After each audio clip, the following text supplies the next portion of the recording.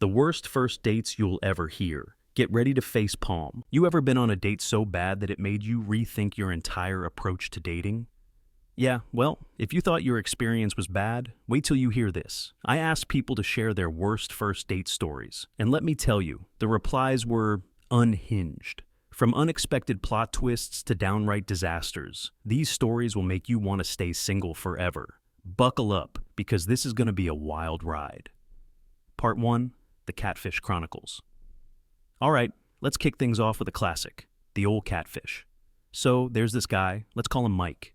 Mike had been chatting with this girl on a dating app for a few weeks. Her profile pictures, stunning. Think Instagram model vibes, perfectly posed, flawless skin, and that artsy lighting that screams, I live for aesthetic cafes.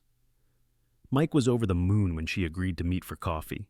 He spent a good hour picking out an outfit, something casual but cool, you know? He gets to the cafe, orders a latte, and sits by the window, anxiously waiting for her to show up. A few minutes later, someone taps him on the shoulder. He turns around and, let's just say, it wasn't quite the person in the photos. It was her, sure, but about 10 years older, with none of the glamorous polish from her pictures. To be clear, it wasn't about looks. It was the deception. He's stunned, but tries to play it cool. They sit down, and he starts asking her about herself, trying to salvage the situation. Here's where it goes from awkward to downright uncomfortable. Within 5 minutes, she's crying, like full-on tears running down her face. She says she's been feeling really lonely, her ex broke up with her a year ago, and she's just trying to figure out if she's still dateable. Mike tries to comfort her, but she's so distraught she barely notices. Then, mid-sob, she pulls out her phone and starts scrolling through pictures of her ex, showing them to Mike, asking him if he thinks her ex was more attractive than she is. At this point, Mike is silently begging for the universe to throw him a lifeline. He makes up an excuse about having to help his friend move and bails. The kicker? She texts him later that night, saying she had an amazing time and hopes to see him again. Part 2, The Family Affair. Okay, so this one is straight out of a soap opera. Picture this. A woman named Jess matches with a guy on a dating app. Let's call him Kyle. He's cute, seems sweet, and their conversations are effortless. After a few days of chatting, they decide to meet up for dinner at a nice Italian restaurant. Jess is super excited, but also a little nervous. It's been a while since she went on a proper date. She gets there a little early and is seated at a cozy table by the window. When Kyle walks in, she's immediately relieved because, thank God, he looks exactly like his pictures. Tall, charming smile, dressed to impress. But here's where things get weird. As they're looking over the menu, Kyle casually says, "Oh, by the way, my mom and sister are sitting a few tables over." Jess thinks it's a joke, so she laughs. But then she glances over, and sure enough, there's a woman and a teenage girl staring at her like hawks. Jess freezes. Kyle waves them over, and suddenly she's face to face with his family. His mom introduces herself, and the sister then says, "We just wanted to meet you before your date starts." Jess is speechless. Kyle is just sitting there smiling like this is totally normal. But it doesn't stop there. His mom pulls up a chair, starts asking Jess all these rapid-fire questions. Where do you work? What's your family like? Do you see yourself having kids soon? Jess is just trying to keep her cool, answering politely while internally screaming. Finally, after what feels like an eternity, the mom and sister leave, and Jess thinks, okay, maybe we can recover from this. But nope. For the rest of the date, Kyle keeps bringing up his mom's opinions on random things. "Oh, my mom doesn't like red wine either." Or, "My mom would love that dress on you." Needless to say, Jess noped out of there right after dessert. The cherry on top? Kyle texted her the next day, saying his mom gave her a glowing review, and he was looking forward to their next date. Part 3, The Escape Room Fiasco. All right, let's set the stage for this next disaster. A guy named Ryan had been talking to this girl, Emily, for a couple of weeks. She was funny, into Marvel movies, and had this quirky love for escape rooms. Ryan thought, hey, that could be a fun first date idea. Spoiler, it was not. They meet at the escape room, and everything seems normal at first. She's cute, bubbly, and they even share a few laughs while waiting for their turn. Once they're locked in the room, though, Emily's entire personality does a complete 180. She immediately takes charge, barking orders at Ryan like she's a drill sergeant. No, don't touch that. Look over there. Ugh, do I have to do everything myself? At first, Ryan thinks, okay, maybe she's just really into escape rooms. But it quickly becomes clear that this is not a cute quirk. This is her default mode. Every time Ryan tries to help, she snaps at him. He finds a key, and instead of saying thank you, she rolls her eyes and says, finally you did something useful. About 15 minutes in, Ryan is just standing there, letting her do all the work, because, honestly, it's not worth the effort. She keeps muttering under her breath about how useless he is, and at one point she actually says, this is why I can't stand dating apps. But wait, it gets worse. They eventually solve the escape room with about 2 minutes to spare. Instead of celebrating, Emily turns to Ryan and says, wow, that was exhausting. Do you even try to use your brain? Ryan is so taken aback, he doesn't even know how to respond. He just laughs awkwardly, hoping she's joking. She's not. Afterward, she suggests they grab a drink, but Ryan politely declines, saying he has to wake up early for work. On the way home, she texts him, I had a great time. You should come to my trivia night next week. Maybe you'll learn something. Yeah, safe to say, Ryan did not text her back. Part 4. The Vegan Steakhouse Showdown. Okay, this one is equal parts awkward and absolutely hilarious. Meet Sarah.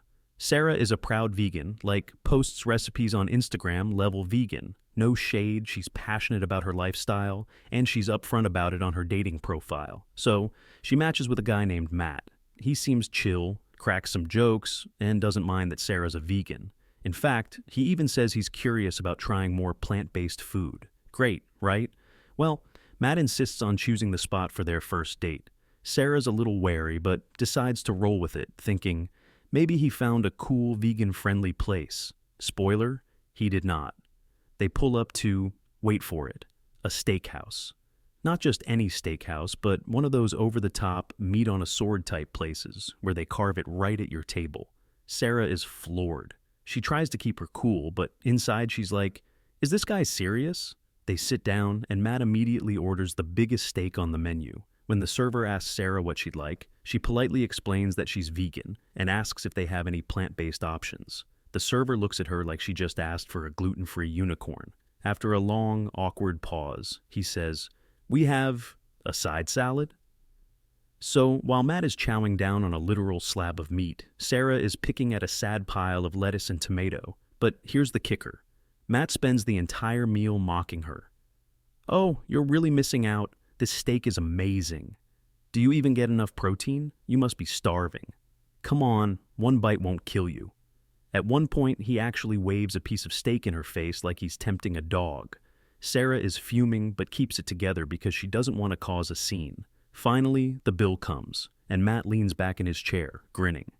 You don't mind splitting, right? I mean, your salad was like $5. Sarah doesn't even argue. She pays her half, leaves a generous tip for the poor server, and walks out without a word. The next day, Matt texts her, saying, last night was fun. We should do it again soon. I'll find a better restaurant next time. Something with more than just rabbit food. LOL. Needless to say, Sarah blocked him immediately. Part 5. The Karaoke Catastrophe. All right, buckle up for this one. Meet Jake. Jake loves karaoke. It's his thing. So when he matches with a girl named Amanda, who also happens to love singing, he thinks, perfect. We'll hit up a karaoke bar for our first date. Now, Jake takes karaoke pretty seriously. He's got a playlist, his go-to songs, the works. Amanda, on the other hand, is just there for fun. She even jokes in their messages, I'm not great, but I'll try to keep up. They get to the bar, grab some drinks, and Jake volunteers to go first. He chooses Bohemian Rhapsody, bold move for a first date, but Jake absolutely nails it. The crowd's into it, Amanda's clapping, it's a good start. Then it's Amanda's turn. She's nervous, but decides to sing Torn by Natalie Imbruglia. And, well, she's not good, painfully off-key. But, hey, it's karaoke, right? No one's expecting perfection, except Jake. When Amanda finishes, instead of cheering her on, Jake says, wow, that was brave. She laughs, thinking he's joking. But, nope, he starts giving her notes. You were flat in the chorus, and you missed the timing on the bridge. Amanda's smile fades. She tries to brush it off, but Jake won't stop. I mean, it's okay if you're not a natural singer. Maybe stick to simpler songs next time. At this point, Amanda is ready to call it a night, but Jake insists on doing a duet. She reluctantly agrees, thinking it'll be something fun and light. But no, Jake picks Endless Love. So there they are, singing this ridiculously romantic duet on their first date, with Jake trying to hit every note like he's auditioning for The Voice, while Amanda awkwardly mumbles her part. The crowd is cringing, Amanda is mortified, and Jake is oblivious, fully convinced they're killing it. After the song, Amanda makes up an excuse about having to wake up early and leaves. The cherry on top, Jake texts her the next day with a YouTube link to vocal lessons, saying, "I thought these might help." Part 6. The Mystery Meat Incident. Alright, this one is unsettling, to say the least. So, there's this girl named Lily. She's been chatting with a guy named Greg for a couple of weeks. He's funny, seems sweet, and has a bit of a foodie vibe. He keeps mentioning how he loves to cook. So, for their first date, he invites her over for a homemade dinner. Lily is a little hesitant because going to someone's house on a first date can be a gamble, but Greg reassures her, saying he's been experimenting with a new recipe and promises it'll be worth it. Against her better judgment, she agrees. She shows up, and the setup is pretty nice. Candles, soft music, the whole romantic vibe. Greg is in the kitchen, wearing an apron, looking every bit the charming amateur chef. Lily's impressed and starts to relax. Then Greg brings out the main course, a perfectly plated dish of what looks like beef stew. Lily takes a bite and it's actually delicious. Tender, flavorful, just really well done. She compliments Greg and he beams, saying it's his signature recipe. But then she asks, "What kind of meat is this?" Greg gets this weird, mischievous grin and says, "Guess." Lily laughs nervously, thinking he's joking, and says, beef?" Greg shakes his head. "Nope, try again." Now Lily's feeling uneasy. She guesses lamb. Wrong again. "Pork?" Nope. Finally, Greg leans in and says, "It's a secret family ingredient. Let's just say it's exotic." At this point, Lily has lost her appetite. She pushes her plate away and asks, "You're joking, right? What is it really?" And Greg just smiles and says, "Don't worry about it. You liked it, didn't you?" Lily is officially freaked out. She makes up an excuse about having to leave early and bolts out of there. Later that night, Greg texts her, saying, "You're the first person to truly appreciate my secret ingredient. Let's do it again soon." Lily blocked his number and still has no idea what she ate that night. Part 7. The Multi-Level Marketing Trap. This one's a doozy. Meet Rachel. Rachel matches with a guy named Derek on a dating app. Derek is charming, good-looking, and seems genuinely interested in her hobbies, so she's cautiously optimistic about the date. They meet up for coffee, and everything starts off great.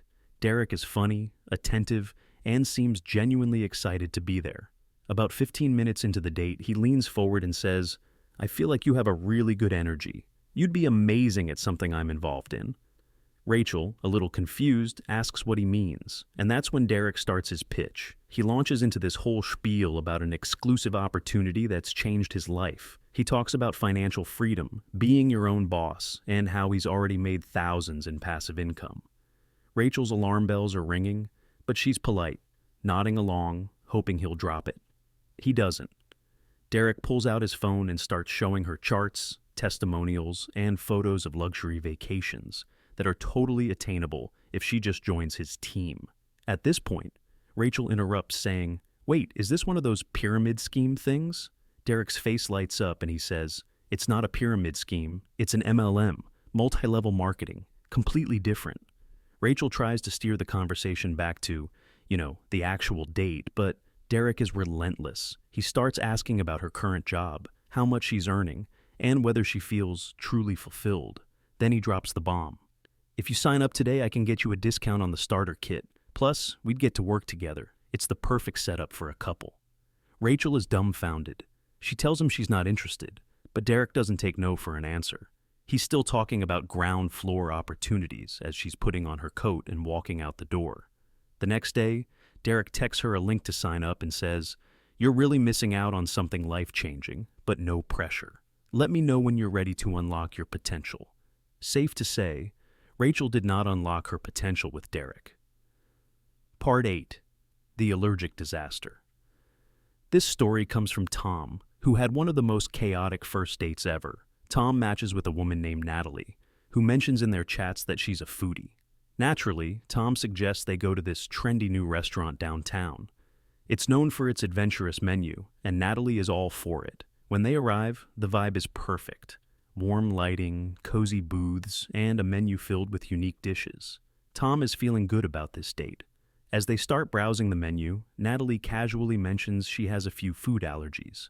Tom asks if there's anything specific she needs to avoid, and she waves it off, saying, "Oh, nothing too serious. I just have to avoid shellfish, peanuts, and dairy." Tom's a little concerned because, well, that's a pretty broad range, but Natalie seems chill, so he figures she's got it under control. They place their orders and everything seems fine, until the appetizers arrive. Natalie digs into a dish with some kind of creamy sauce, and within seconds her face starts turning red. Then she starts coughing. Tom freaks out and asks if she's okay. Natalie waves him off, saying, it's fine, just a little reaction, it'll pass." But it does not pass. Her coughing gets worse, and now her throat is visibly swelling. Tom asks if she has an EpiPen, and Natalie panics, realizing she left it at home. At this point, the entire restaurant is staring. Tom leaps into action, flagging down the waiter and explaining the situation. They call an ambulance, and while waiting, Tom is frantically Googling what to do during an allergic reaction. The paramedics arrive and take Natalie to the hospital, with Tom riding along because, well, what else is he supposed to do? By the time they get there, Natalie is stable, but the date is officially over. The wildest part? As Tom is getting ready to leave the hospital, Natalie laughs and says, "Well, that was memorable. Want to grab a drink next time?" Tom politely declined, deciding he'd had enough excitement for one lifetime. Part 9. The Jealous Ex Cameo. This one's a chaotic mess, so Mia agrees to go on a date with this guy named Eric. He seems nice enough. A little shy, but sweet. For their first date, they decide to keep it casual with dinner at a laid-back burger joint. Everything starts off fine. Eric's a little awkward, but Mia thinks it's kind of endearing. They're chatting about hobbies, favorite TV shows, the usual first date stuff.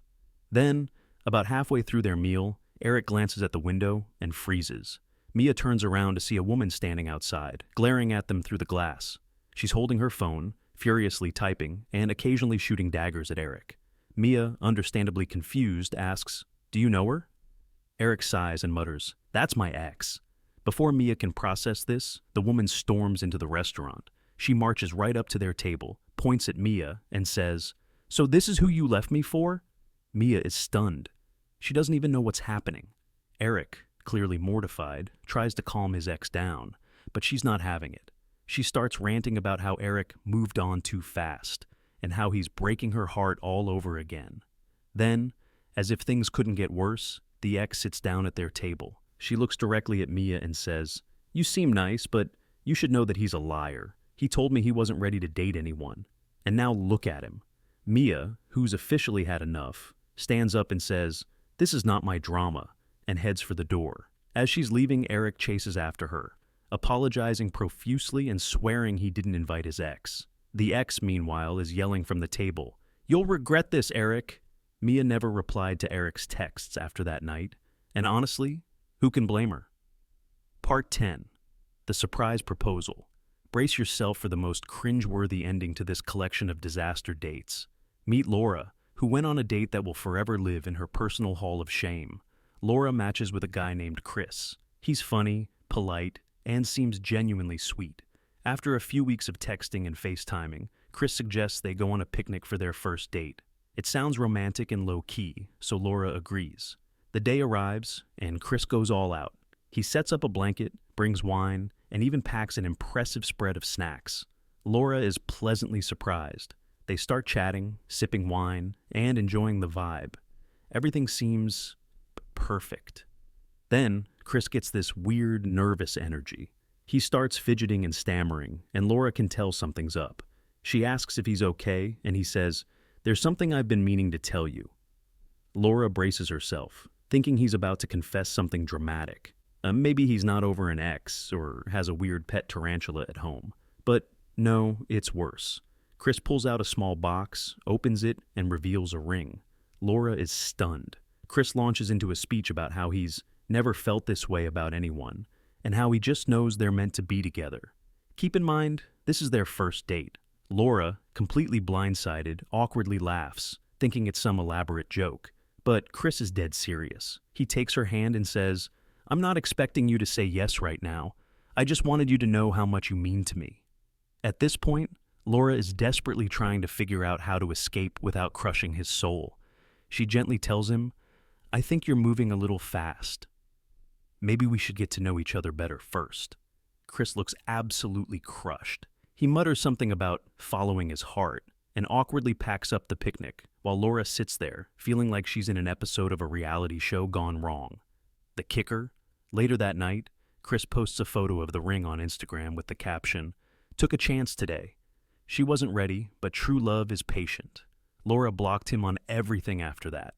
And there you have it, folks. 10 of the most bizarre, awkward, and downright chaotic first dates you'll ever hear about. If these stories have taught us anything, it's that dating can be an unpredictable adventure. Sometimes it's sweet, sometimes it's a train wreck. But hey, at least it's never boring. So, what about you?